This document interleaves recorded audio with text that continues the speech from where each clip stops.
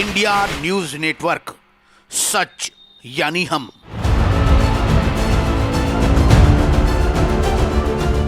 मुख्यमंत्री सामूहिक विवाह योजना में एक दो नहीं बल्कि प्रदेश के कई जिलों में जमकर फर्जीवाड़ा हो रहा है। मुख्यमंत्री की महत्वाकांक्षी सामूहिक विवाह योजना में जिलों से आए दिन फर्जीवाड़े की खबरें आ रही हैं। कई ऐसे जोड़ों की शादी करा दी जा रही है जो पहले से ही शादीशुदा हैं और कहीं फर्जी दूल्हा दुल्हन बनाकर योजना का पैसा हड़प लिया जा रहा है।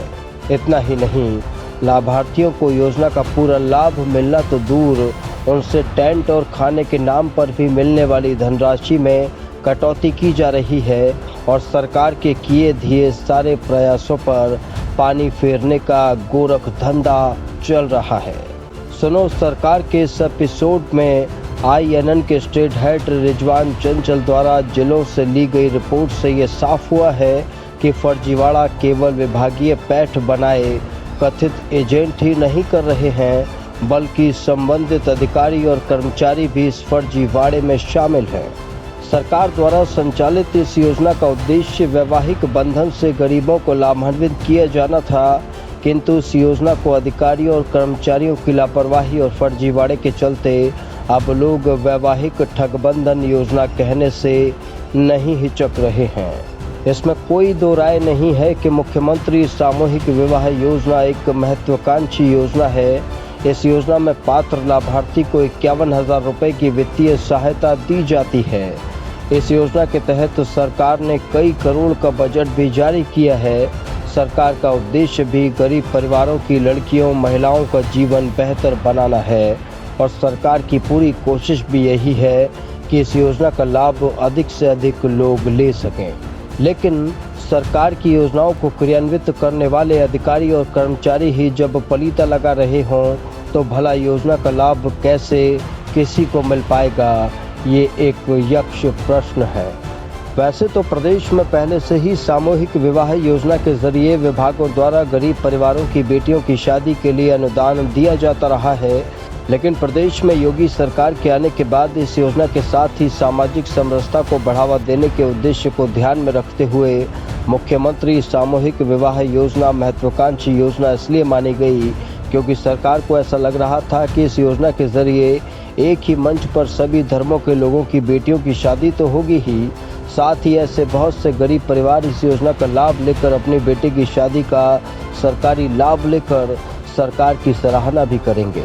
लेकिन सरकार को यह आभास कतई नहीं था कि इस महत्वाकांक्षी योजनाओं को भी अधिकारी और कर्मचारी मिलीभगत से पलीता लगाएंगे कि इस कार्यक्रम की सराहना तो दूर बल्कि सरकार की साख पर ही बट्टा लग जाएगा। फर्जीवाड़ा न हो और योजना में पारदर्शिता बनी रहे, इसके लिए ऑफलाइन व्यवस्था भी की गई क्योंकि पूर्व में इस योजना में बहुत से फर्जीवाड़े हो रहे थे जो झूठ बोलकर गलत जानकारी देकर फर्जी आधार लगाकर आवेदन किए जा रहे थे। ये सत्यापन की प्रक्रिया भी नहीं थी, लेकिन गलत लोगों को इस दौरान योजना का लाभ मिल रहा था।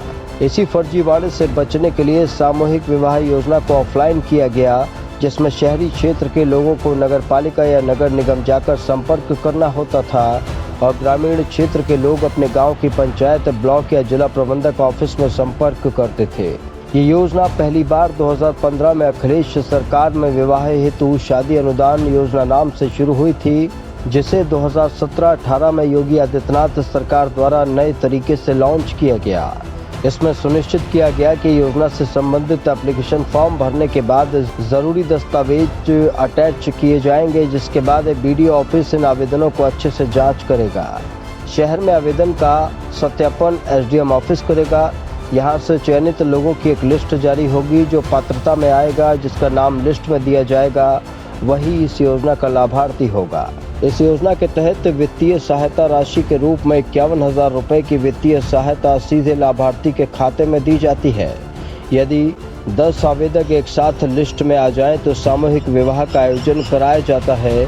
इसी क्रम में दरियापुर निवासी आराधना, बास निवासी प्रियंका, नंगला बुजुर्ग निवासी पूजा देवी, निशा, खोकुनी निवासी प्राची, अथाई निवासी सोनिका, निर्गाजनी निवासी शीतल और नीतू, यूसुफपुर निवासी सोबिया और सोनी की शादी भी कराई गई।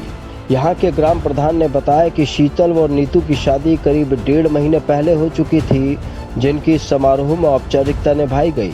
इसके अलावा ग्राम प्रधान प्रतिनिधि जान मोहम्मद ने बताया कि पूजा देवी की शादी पहले हो चुकी है, इसकी भी औपचारिकता निभाई गई।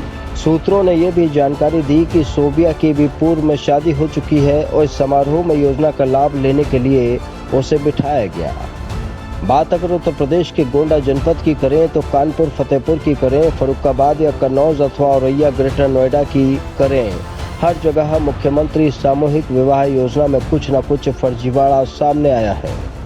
कई जगह शादीशुदा लोगों को एजेंट मंडप में बैठाकर उनकी दोबारा शादी करवाने का मामला भी प्रकाश में आया है और सरकारी पैसे से मिलने वाले दहेज को दलालों ने अपने घर में रख लिया है। सूत्र यहां तक बताते हैं कि एजेंट गांव के शादीशुदा लोगों को समारोह में कुछ पैसों का लालच देकर ले आते हैं। उनकी विभागीय कर्मचारियों से भी खासी पैठ होती है और वो वैवाहिक जोड़ों को मिलने वाला दहेज भी खुद रखते हैं और लाए गए लोगों को पहले से निर्धारित पैसे देकर विदा कर देते हैं। कितना दिन में? 3 जून को शादी हुई थी, तो बाद दोबारा इस पर बैठा दिया गया है। गोंडा में हुए शादी समारोह में 151 जोड़ों का विवाह हुआ। समारोह में आए कन्हैया ने बताया कि उनकी शादी 26 जून 2020 में हो चुकी है। यहाँ पर तो बस पैसे लेने के लिए बैठे हुए हैं। वहीं नवाबगंज से आए अवधेश ने बताया कि उसकी शादी 3 जून को हो चुकी है। यहाँ पर उनको फिर से शादी करने के लिए बुलाया गया है। हम लोगों को भी पैसे मिलेंगे। आश्चर्यजनक तो ये है कि मुख्यमंत्री सामूहिक विवाह योजना के इन आयोजनों में आने वाले विधायक और मंत्री भी इस फर्जीवाड़े से वाकिफ नहीं हो पाते। गोंडा में सामूहिक विवाह के आयोजन में जिसमें 151 कन्याओं का विवाह करवाया गया, उसमें मुख्य अतिथि के रूप में कैबिनेट मंत्री रमापति शास्त्री और विधायक प्रभात वर्मा भी पहुंचे थे। इतना ही नहीं, सूबे के फतेहपुर के तेलियानी ब्लॉक में तो 13 जोड़ों के सामूहिक विवाह में 8 जोड़े फर्जी निकले। ये जरूर है कि जहां जहां इस फर्जीवाड़े पर हंगामा हुआ वहां जांच शुरू कर दी गई है। कहीं कहीं अधिकारियों द्वारा धनराशि हस्तांतरण पर भी रोक लगा दी गई है।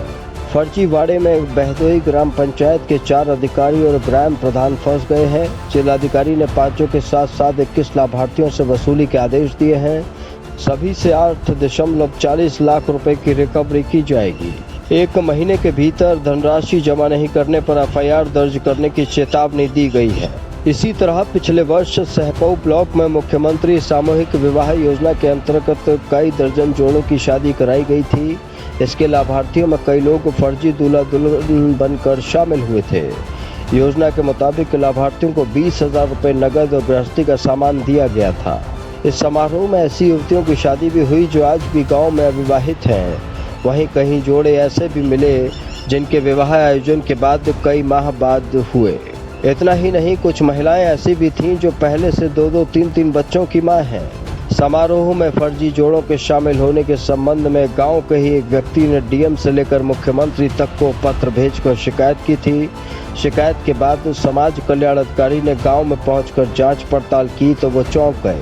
जांच में शिकायत सही पाई गई, जिसके बाद जिलाधिकारी ने संबंध में कार्रवाई की। जांच में एडीओ समाज कल्याण, 2 ग्राम विकास अधिकारी, ग्राम पंचायत अधिकारी और ग्राम प्रधान की संलिप्तता सामने आई। इसके साथ 21 लाभार्थी ऐसे मिले जिन्होंने फर्जीवाड़ा किया था। जिलाधिकारी ने गबन की गई कुल धनराशि 8.40 लाख रुपए की वसूली के आदेश दिए थे। इसके साथ ही अधिकारियों पर अनुशासनात्मक कार्रवाई के आदेश भी दिए गए थे। कुल धनराशि का 25% भाग अधिकारियों और लाभार्थियों को सरकारी कोष में जमा कराने के निर्देश थे। साथ ही 1 महीने के भीतर ये धनराशि जमा नहीं करने पर सभी के खिलाफ रिपोर्ट दर्ज कराई जाने की चेतावनी भी दी गई थी। बावजूद इसके अभी भी इस योजना को पलीत लगाने वाले बाज नहीं आए हैं। होता यह है कि जिलों में पहुंचते ही ये योजना समाज कल्याण अधिकारी नहीं बल्कि जिलाधिकारी की निगरानी में चली जाती है। वहां से आयोजन करवाने की जिम्मेदारी मुख्य विकास अधिकारी को दी जाती है। आयोजन में हिस्सा लेने वाले लोग ऑनलाइन आवेदन करते हैं। उनका सत्यापन ग्राम प्रधान से लेकर बीडीओ और डीडीओ तक करते हैं। चरण दर चरण एक दूसरे पर जिम्मेदारी डालते हुए लाभार्थियों को सत्यापन होता है और इसमें स्पष्ट जिम्मेदारी किसी की नहीं तय हो पाती। यही वजह है कि थर्ड पार्टी इंस्पेक्शन के अभाव में इस तरह की सेंधमारी की समस्या आ रही है। अब देखना यह है कि मुख्यमंत्री सामूहिक विवाह की इस महत्वाकांक्षी योजना का आने वाले समय में सही क्रियान्वयन हो पाता है या फिर अन्य योजनाओं की तरह यह योजना भी भ्रष्टाचार और फर्जीवाड़े की शिकार होकर रह जाती है।